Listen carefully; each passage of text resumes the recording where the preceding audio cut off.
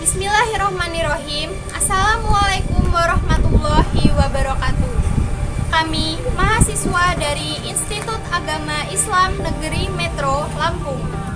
Video ini dibuat untuk menyelesaikan tugas ujian akhir semester di mata kuliah konsep dasar IPS dengan dosen pengampu Ibu Welfarina Hamer, MPD.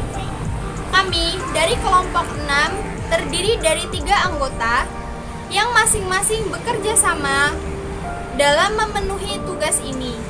Jadi, inilah video presentasi dari kami.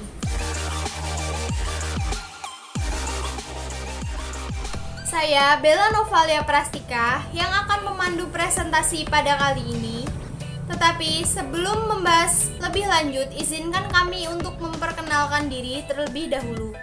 Saya Bella Novalia Prastika sebagai moderator dengan NPM 20010720003. Kemudian Dev Reza Ilham dengan NPM 201070009 dan Dea Amalia dengan NPM 20101710005.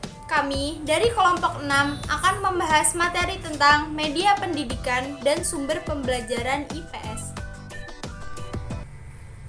Media pendidikan dan sumber pembelajaran IPS. Sebelum itu, akan kita bahas terlebih dahulu mengenai pengertian dari IPS itu sendiri.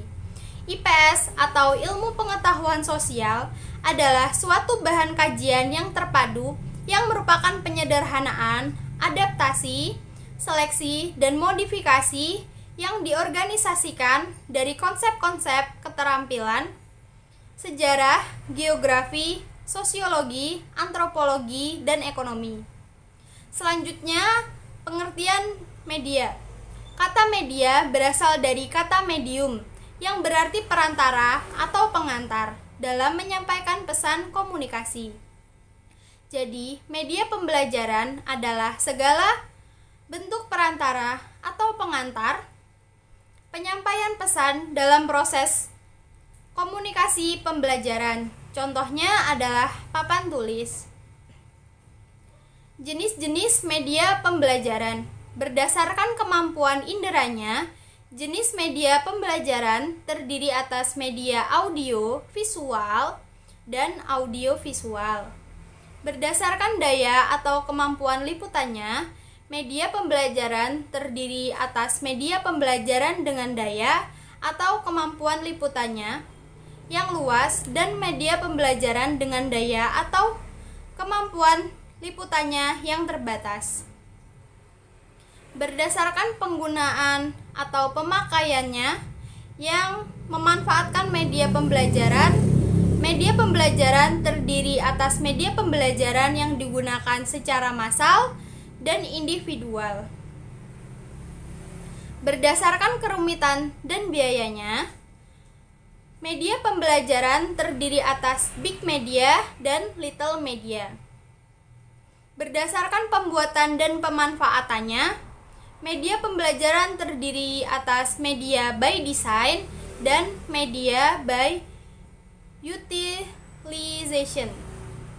Berdasarkan dimensinya, media pembelajaran terdiri atas media 2 dimensi dan media 3 dimensi. Berdasarkan proyeksinya, media pembelajaran terdiri atas media proyeksi dan tidak diproyeksikan. Klasifikasi media menurut Rudy Bretz yaitu audio motion visual, audio still visual, audio semi-motion, motion visual, still visual, semi-motion, audio, dan cetakan. Fungsi media pembelajaran. Media pembelajaran sendiri adalah suatu alat pembelajaran yang berfungsi untuk menyampaikan pesan-pesan pembelajaran. Metode pembelajaran tidak akan berjalan dengan maksimal tanpa adanya media pembelajaran. Untuk pemilihan media pembelajaran, usahakan untuk melihat apakah menunjang metode dan membantu mencapai tujuan pembelajaran. Manfaat media pembelajaran. Pembelajaran akan lebih menarik perhatian siswa, sehingga dapat menimbulkan motivasi belajar siswa. Bahan pembelajaran akan lebih jelas maknanya sehingga lebih mudah dipahami. Metode mengajar akan lebih bervariasi, tidak semata-mata komunikasi verbal melalui penuturan kata-kata oleh guru, sehingga tidak merasa bosan. Sumber belajar merupakan hal yang paling penting dalam proses belajar mengajar. Tanpa adanya sumber belajar, seseorang tidak dapat mengumpulkan informasi atau pengetahuan yang akan ia pelajari. Sumber belajar sangat dibutuhkan untuk menggali semua informasi yang kita perlukan dalam memahami materi yang sedang dipelajari. Komponen sumber belajar.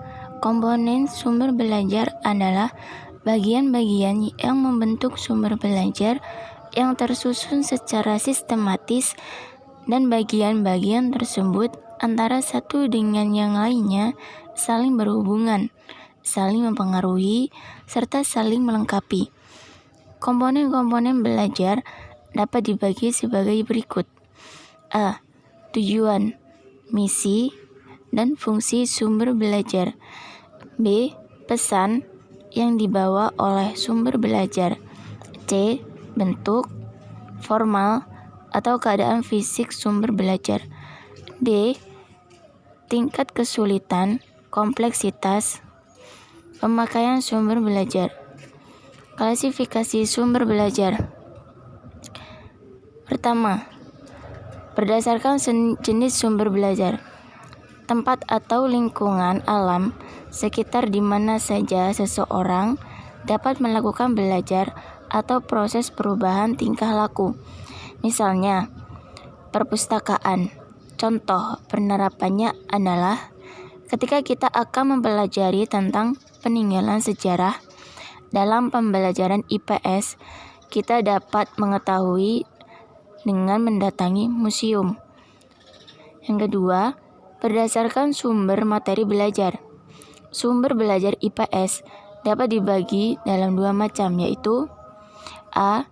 Sumber materi belajar tanpa bacaan, seperti buku teks, buku ensiklopedia, buku biografi, buku kumpulan sejak puisi. B. Sumber materi berupa non-bacaan, seperti yang pertama, berita atau informasi dari media elektronik. Yang kedua, lingkungan alam sekitar. Yang ketiga, guru dan siswa. Manfaat sumber belajar: memberi pengalaman belajar secara langsung dan konkret kepada peserta didik. Yang B, dapat menyajikan sesuatu yang tidak mungkin diadakan, dikunjungi atau dilihat secara langsung dan konkret. C, dapat menambah dan memperluas cakrawala sajian yang ada di dalam ruang. Yang D, dapat memberi informasi yang akurat, terbaru. E, dapat merangsang untuk berpikir dan berkembang lebih lanjut. Oke, mungkin cukup sekian video presentasi pada kali ini. Kami dari kelompok 6 mengucapkan banyak terima kasih dan mohon maaf bila ada kesalahan. Kami akhiri. Wassalamualaikum warahmatullahi wabarakatuh.